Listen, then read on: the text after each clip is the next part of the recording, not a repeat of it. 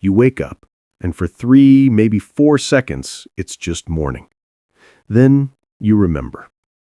The date clicks into place, like a key turning in a lock you didn't ask to open. Your birthday.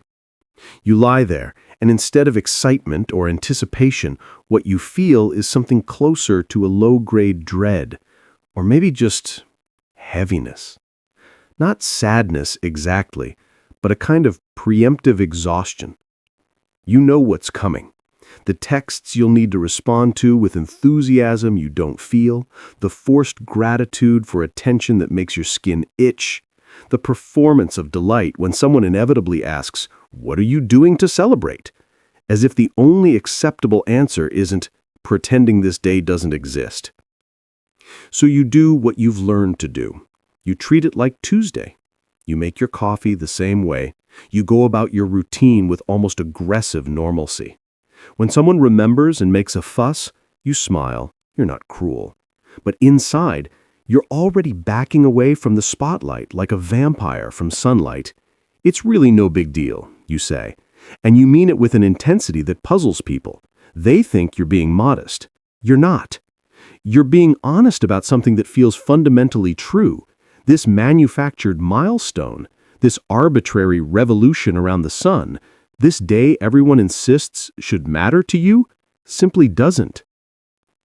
And then, the question you've learned to anticipate, usually delivered with concern or confusion. But why don't you want to celebrate yourself? The assumption embedded in that question, that choosing not to celebrate means you don't value yourself, is where the real story begins. The architecture of indifference. Here's something fascinating about the human brain. It's extraordinarily good at assigning meaning, at creating significance from patterns. Birthdays tap into multiple neural reward systems simultaneously. Social bonding, personal identity, temporal milestones, the pleasure of being valued by others. For most people, these systems light up like a city grid at night. The anterior cingulate cortex processes the social significance. The hippocampus marks it as a memorable event worth encoding. The ventral striatum anticipates rewards, cake, presents, attention. But for you, something in that circuitry runs quieter. Not broken, quieter. Your brain doesn't assign the same weight to the arbitrary marker of a birth date. This isn't depression, though people will wonder about that. It's not self-hatred, though they'll worry about that too. It's something more complex, a fundamentally different relationship with external validation and socially constructed importance. Research on individual differences in reward sensitivity shows that some people have naturally lower dopaminergic responses to anticipated social rewards. You might be someone whose brain simply doesn't spike the same way when anticipating group celebration. You're not numb to joy. You might feel profound happiness watching light move through water, or solving a difficult problem, or in a conversation that goes somewhere real. But the specific configuration of birthday celebration, the public performance, the obligatory cheer, the centerpiece attention, registers differently in your neural landscape. There's also something profound happening in how you process self-concept. Most people construct identity partly through social reflection. They understand themselves through how others see them. Birthdays are essentially collective affirmations of your existence, your maturity, your importance to others. But you've developed what psychologists call an internal locus of self-evaluation. You don't need the external confirmation. In fact, something about the externality of it feels almost threatening, like someone is trying to define you from the outside in. How you got here. You didn't always feel this way. Or maybe you did, but you didn't have words for it yet. Perhaps you remember a childhood birthday that went wrong, not catastrophically, just wrong enough. The party where nobody came, or everyone came and you felt overwhelmed by the performance of happiness. Or maybe it was subtler. Year after year of feeling like the celebration was more for the adults than for you, watching them enjoy the ritual of making a fuss while you stood there feeling like an actor who'd forgotten their lines. Or maybe your birthday fell on a difficult day, near a holiday that overshadowed it, or during a family crisis, or shared with a sibling who always seemed to shine brighter.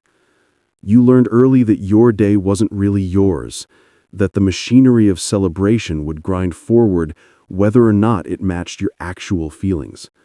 So you learned to step aside from it. Some of you grew up in families where birthdays were fraught with expectation or disappointment, where the day became a referendum on whether you were grateful enough, happy enough, performing joy adequately enough.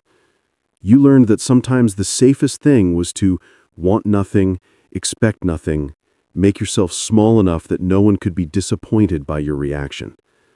But here's what's equally true. Many of you had perfectly fine birthdays, loving families, good intentions all around. The indifference to birthdays didn't come from trauma, but from something else.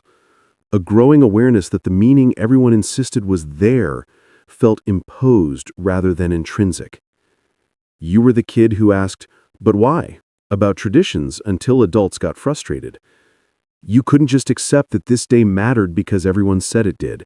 You needed to feel it mattering, and you didn't. As you moved into adolescence and young adulthood, something else happened. You watched people, maybe people you loved, get genuinely hurt when birthdays were forgotten or under-celebrated. You saw the disproportionate emotion around what seemed to you like calendar maintenance. And you felt a widening gap between yourself and some unspoken social contract everyone else seemed to have signed. The gap became a gorge. They felt special on their birthdays. You felt like you were supposed to feel special and couldn't manufacture it. They looked forward to the attention. You felt claustrophobic under its weight. They wanted to be celebrated.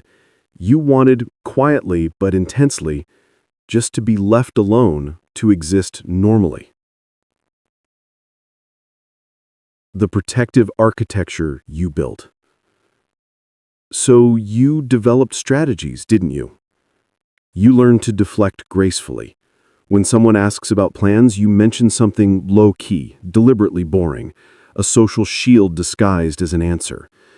Oh, probably just dinner with family, or just a quiet night in. Phrases that sound normal enough that people stop pressing, but vague enough that you've committed to nothing. You became expert at the minimizing phrase. It's not a big deal. I'm not really a birthday person. I prefer to keep it simple. Each one a small fortification against the expectation that you'll participate in your own mythology. Some of you developed an interesting variation. You redirect. You make your birthday about other people. You cook dinner for friends. You organize something that takes the focus off you. You turn the day into an exercise in generosity that conveniently requires you to be busy serving rather than receiving. It's both genuine, you do enjoy caring for people, and strategic. As long as you're the host, you're not the guest of honor. Others of you went the opposite direction. You simply don't tell people. You've curated your social media settings, you casually avoid mentioning the date. You've created a life where people can orbit close to you without ever having access to this particular piece of information. It's not dishonesty exactly, it's privacy. It's keeping sacred the right to have a day pass without commemoration. And then there are those of you who perform it perfectly. You've learned to give people what they need, the smile, the gratitude, the appearance of pleasure, while internally you're counting minutes until you can return to normalcy. You've become so skilled at this performance that people think you're fine with birthdays, maybe even enjoy them, because you've learned that honesty about your indifference creates more work than simple compliance. The paradox at the center. Here's where it gets complex, where you might recognize something you've never quite articulated. You don't want people to make a fuss about your birthday. But when they forget it entirely, something twinges. Not hurt exactly, but something. A quiet confirmation that you are, in fact, as unmemorable as you sometimes fear. You genuinely believe birthdays are arbitrary and meaningless, but you still remember everyone else's birthdays and make sure they feel celebrated, because you understand it matters to them. You can hold the contradiction. It's meaningless, and it means something to people you care about. You want to be seen and understood for who you actually are, but birthday attention feels like being seen and understood for nothing more than having been born, which is the least interesting thing about you. You'd rather be valued for what you think, create, or do than for simply continuing to exist another year. You resist external validation, but when someone remembers your birthday without being prompted by Facebook, when they show they've held you in mind deliberately, something softens in you. The attention you didn't want becomes briefly tolerable because it's rooted in genuine memory rather than calendar notifications. You think the whole ritual is performative nonsense, but you've also felt the particular loneliness of birthdays spent entirely alone, the way the day's intentional normalcy can curdle into a strange isolation, where you wonder if maybe there's something wrong with you for not wanting what everyone else seems to naturally desire. The paradox is this: you don't want the celebration, but you do want to matter. You reject the ritual, but you're not immune to the fear that lies underneath. That maybe if people knew how little you cared about your own birthday, they'd conclude you don't care about much at all, including them. This is the tightrope you walk, and it's thinner than people realize. How it changes everything. When you treat your birthday like a normal day, you're not just making a choice about one date. You're revealing something about how you move through time itself. You don't think in milestones the way other people do. Birthdays, anniversaries, New Year's resolutions, these culturally agreed upon moments for reflection and renewal, don't trigger the same response in you. Your growth happens continuously, quietly, without ceremony. You don't need December 31st to prompt self-examination or goal setting, because you're already doing that work constantly, invisibly, as a baseline way of being. This makes you somewhat untethered from collective time. While everyone else uses birthdays as chapter markers, I'm 30 now, I should have accomplished X. You're less bound by these age-based expectations. On one hand, this is freeing. You're not panicking about hitting arbitrary milestones by arbitrary ages. On the other hand, it can be disorienting. Without those markers, time can feel more fluid and harder to grasp. Years pass and you realize you have trouble remembering which year what happened because they don't organize themselves around birthdays and milestones the way they do in other people's narratives. Your relationship with self-perception shifts too. If you don't mark growth with annual celebrations, how do you know you're changing? How do you measure progress? You have to develop other metrics, other ways of seeing yourself evolve. Some of you become hyper-aware of subtle internal shifts. The digital amplification. And then, social media happened. Suddenly, your birthday wasn't just a day. It was a notification, a prompt, an obligation engine generating dozens of "happy birthday" messages from people who would never have remembered without the reminder. The superficiality of it should have made it easier to ignore, but somehow it made it worse. Now you have two choices: engage with the performance on an even larger scale, responding to each message with appropriate enthusiasm, or opt out entirely and risk seeming ungrateful or antisocial. You've probably hidden your birthday from your profiles, or you've left it there and learned to dread the notification avalanche, the way your phone becomes a stream of well-intentioned obligations. Some of you have developed a strategy: the blanket thank you post. Thanks everyone for the birthday wishes. Generic enough to acknowledge everyone, specific enough to no one that it costs you nothing emotionally. It's efficient. It's also utterly hollow, and you know it. The digital age has also made your indifference more visible and therefore more suspect. When everyone else is posting about their birthday celebrations, their gratitude, their joy, your silence becomes conspicuous. People notice what you're not doing. They ask about it. They worry. The private choice to treat your birthday like a normal day becomes a public statement, whether you intend it or not. And here's something particularly modern and particularly uncomfortable.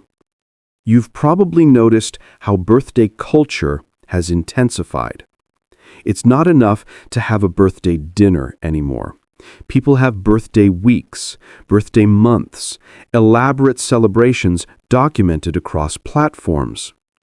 The escalation makes your minimalism feel even more aberrant, even more like you're failing at a social obligation that keeps expanding. But the digital complications cut both ways. You've also found your people, haven't you?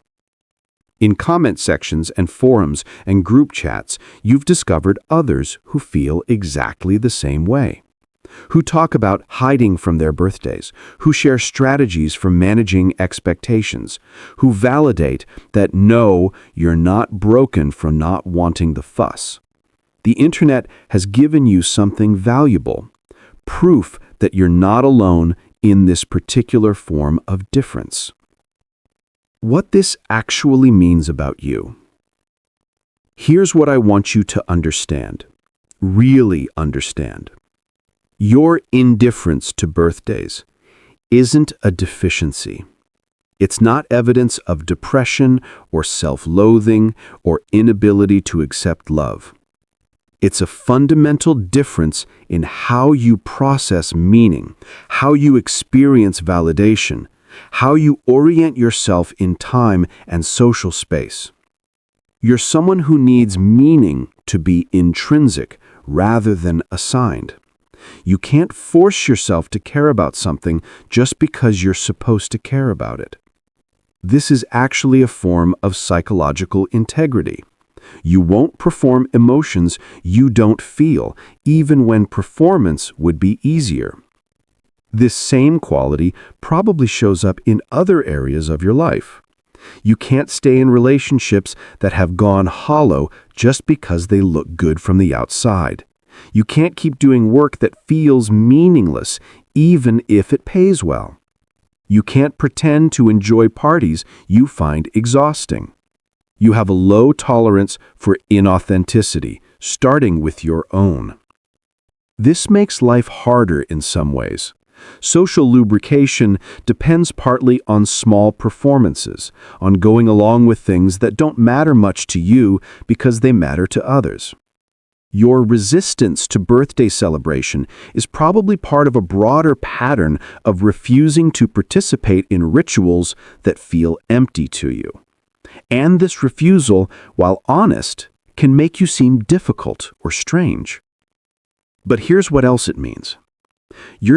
But here's the uncomfortable truth you've probably already discovered. This difference between you and birthday celebrating people can create real distance, real misunderstanding, real hurt on both sides.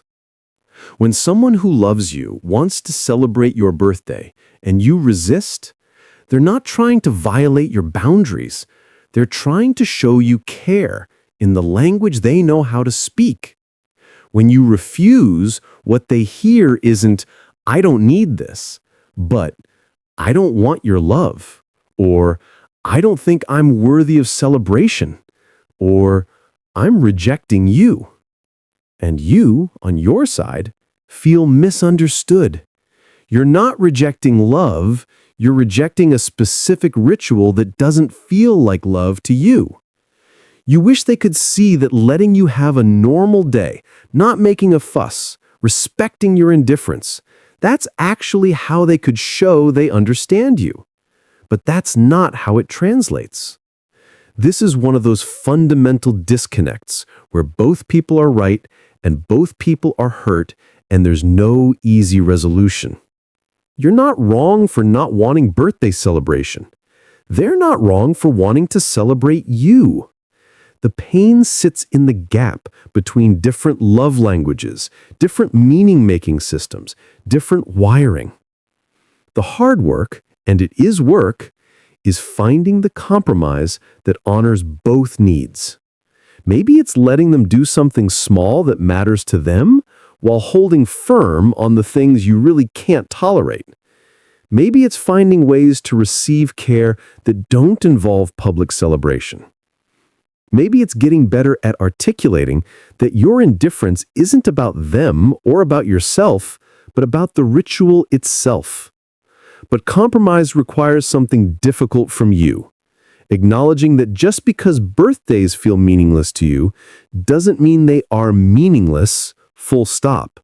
They're meaningless to you and meaningful in the broader human context of marking time, honoring existence, creating moments for appreciation that might not otherwise happen. Both can be true. The gift you didn't ask for. Here's what I hope you can see, even if it doesn't change anything.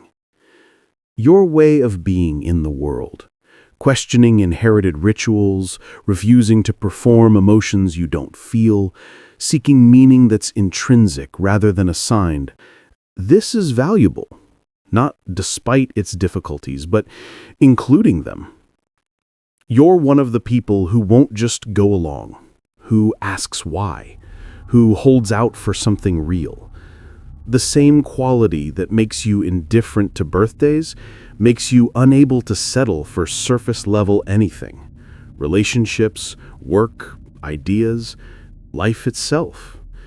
You're exhausting sometimes, including to yourself.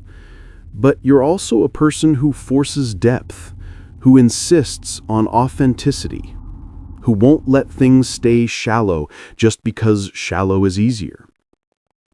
This doesn't make you better than people who love birthdays. It makes you different. And the difference matters. We need people who question celebrations everyone else assumes are good. We need people who remind us that meaning isn't found in rituals, but in what the rituals are supposed to represent. We need people who model that it's okay to opt out of social scripts that don't fit.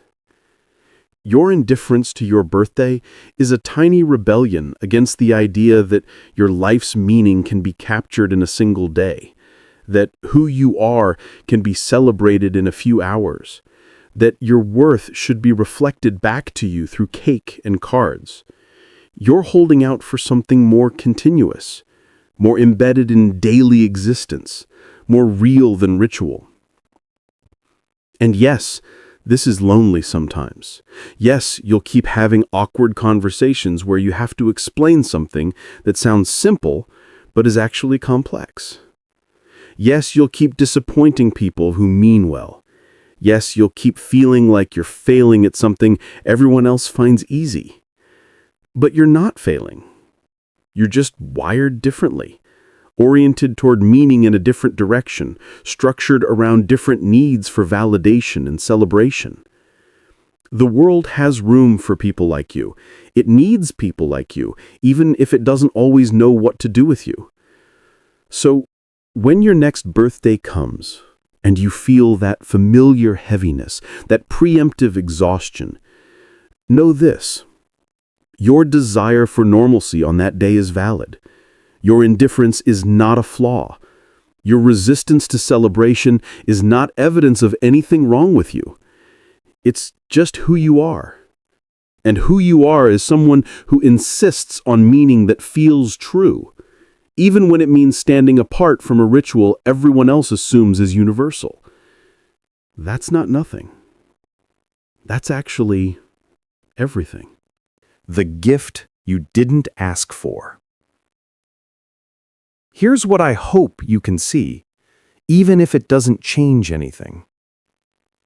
Your way of being in the world, questioning inherited rituals, refusing to perform emotions you don't feel, seeking meaning that's intrinsic rather than assigned, this is valuable. Not despite its difficulties, but including them. You're one of the people who won't just go along, who asks why, who holds out for something real. The same quality that makes you indifferent to birthdays, makes you unable to settle for surface-level anything, relationships, work, ideas, life itself. You're exhausting sometimes, including to yourself. But you're also a person who forces depth, who insists on authenticity, who won't let things stay shallow just because shallow is easier. This doesn't make you better than people who love birthdays. It makes you different, and the difference matters. We need people who question celebrations everyone else assumes are good. We need people who remind us that meaning isn't found in rituals, but in what the rituals are supposed to represent. We need people who model that it's okay to opt out of social scripts that don't fit. Your indifference to your birthday is a tiny rebellion against the idea that your life's meaning can be captured in a single day, that who you are can be celebrated in a few hours, that your worth should be reflected back to you through cake and cards. You're holding out for something more continuous, more embedded in daily existence, more real than ritual. And yes, this is lonely sometimes. Yes, you'll keep having awkward conversations where you have to explain something that sounds simple but is actually complex. Yes, you'll keep disappointing people who mean well. Yes, you'll keep feeling like you're failing at something everyone else finds easy. But you're not failing.